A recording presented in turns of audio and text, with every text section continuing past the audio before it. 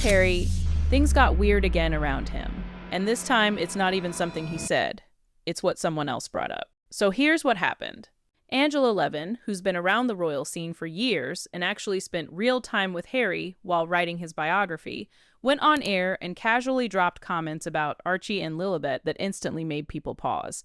And I'm not even exaggerating. It wasn't loud or dramatic, but the way she said it, you could tell she knew it would land. The setup was super normal. Just another studio morning, nothing crazy. Hosts joking, sipping tea vibes, very routine. Then Angela Levin starts speaking, calm as ever, and slowly shifts the tone. You know those moments where everyone suddenly stops treating it like a casual chat? That's exactly what happened. She didn't accuse anyone of anything directly. That's the interesting part.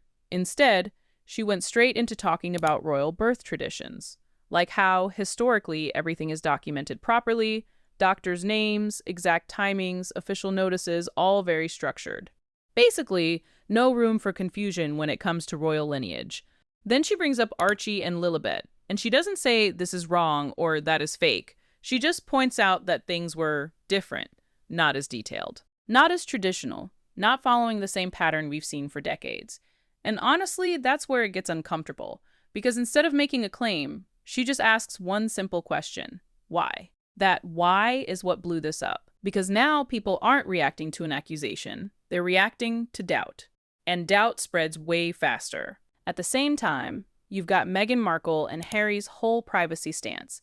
They've been very clear for years that they want a quieter life, less media pressure, more control over what they share. And look, that part makes sense. Anyone would want that if they were constantly under a microscope. But here's where people are getting stuck. You can't fully step back from the system and still keep parts of it when it benefits you. That's the criticism Angela is hinting at.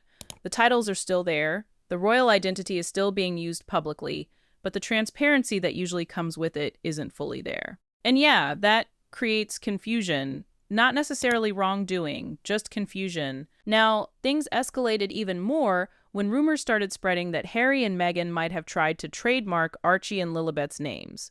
That blew up fast online. But Meghan actually shut that down pretty clearly. She said it's not true and that people are reading too much into her projects and personal references. From her side, it's simple. She wants her kids out of the business side of things. No branding, no commercialization, just normal childhood as much as possible. And honestly, I think that part is fair. But here's the twist. While all this is happening publicly, reports start coming out that Harry's side isn't taking it lightly at all. Behind the scenes, things are apparently tense. Meetings, discussions, people trying to control how the story is spreading. And whether those reports are fully accurate or not, the perception matters more.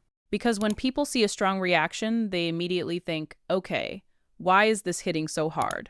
Meanwhile, Angela Levin, she doesn't change her tone at all. She just stays calm, keeps repeating her points, doesn't backtrack. That contrast is what's making this even bigger. And then there's one more detail that people noticed.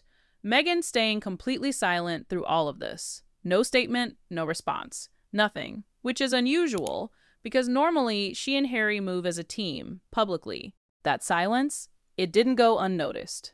And that silence is where things got even more interesting because people started reading into it from every possible angle. Some were like, maybe Meghan Markle is just avoiding adding fuel to the fire. That's honestly the smartest move sometimes. Let the noise die on its own. But others weren't buying that. They were like, no, this feels intentional. Like she's choosing not to step into this one for a reason. And when there's no clear explanation, people fill in the blanks themselves. That's just how it works. At the same time, the focus slowly started shifting away from what Angela Levin actually said to how Prince Harry was reacting. That's when you know a situation has escalated, when the reaction becomes the story. Because think about it, if everything was simple and straightforward, the response would be calm, maybe even dismissive. But when reports start hinting at urgency behind the scenes, people naturally start asking more questions. Like, what's going on that we're not seeing? And again, nothing is confirmed directly. That's the frustrating part. It's all layered in observation, tone, and timing. What Angela really did here wasn't expose something. She just highlighted inconsistencies and let the public sit with it. And I'll be honest, that approach is way more effective than making bold claims. Because now, instead of arguing against her, people are thinking about what she said. Now let's talk about the bigger picture. because this isn't just about Harry or Meghan anymore. It's about the position they've created for themselves. They stepped away from royal duties, made it very clear they wanted independence, privacy, control over their narrative. Fair enough, but at the same time, they're still very much connected to the royal identity. The titles, the public recognition, the global attention, that hasn't gone anywhere. And when you're still part of that world in some way, people expect a certain level of clarity. That's where this whole thing gets messy, because from one side it looks like they're trying to protect their family, especially Archie and Lilibet, and honestly, I respect that. Kids shouldn't grow up feeling like they're constantly being analyzed. That's not normal. But from the other side, when there's less transparency than what people are used to with the royal family, it creates space for speculation. And once speculation starts, it doesn't stop easily. And that's exactly what we're seeing now. Conversations everywhere. Social media blowing up. Clips from that interview spreading like crazy. Everyone suddenly has an opinion. Some people are backing Harry and Meghan, saying they have every right to do things their own way. Others are siding with Angela, saying the questions are valid and should be addressed more clearly. And then there's the middle group, which is probably the most realistic. People who aren't taking sides but are just confused. Like, they're trying to understand what's actually going on. And honestly, I think that confusion is the real issue here. Not the claims, not the reactions. The lack of clear answers. Because when things are clear, people move on. When they're not, the story just keeps growing. And right now, it's definitely growing.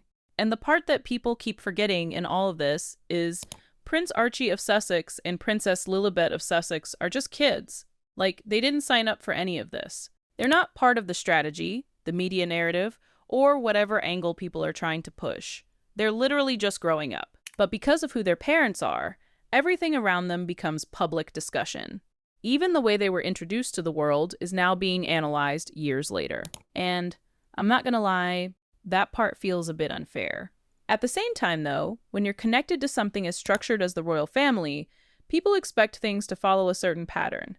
That's just reality. It's not even about being nosy anymore. It's about how that system has always worked. Everything is documented, everything is clear, and there's a reason for that. It avoids exactly this kind of confusion. So now we're stuck in this weird middle ground. On one side, Harry and Meghan wanting privacy, control, and a normal life for their kids. On the other side, a public that's used to transparency when it comes to royal matters. And those two things, they don't mix easily. That's why Angela Levin's comments hit the way they did. She didn't bring new evidence or make some wild claim. She just pointed out the gap between those two worlds. And once people saw that gap, they couldn't unsee it. Now, about Harry's reaction, whether it was justified or not really depends on how you look at it. If you're in his position, protecting your kids and your family, yeah, you're going to react. Anyone would, especially if you feel like people are questioning something personal. But from the outside, when the reaction feels intense and there's no clear explanation to match it, people are obviously going to read into that. That's just how public perception works. It's not always fair, but it's predictable. And then Meghan staying silent through all of this, that added another layer, because usually they present everything together. This time, it felt different. And whenever there's a break in pattern, people notice. Some think it's strategic, like she's choosing not to engage, because it would only make things worse. Others think it means there's more going on behind the scenes. No one really knows, and that's exactly why it's being talked about so much. At the end of the day, this whole situation isn't really about proving anything. It's about unanswered questions. And those questions are sticking around because no one has come forward to fully clear them up.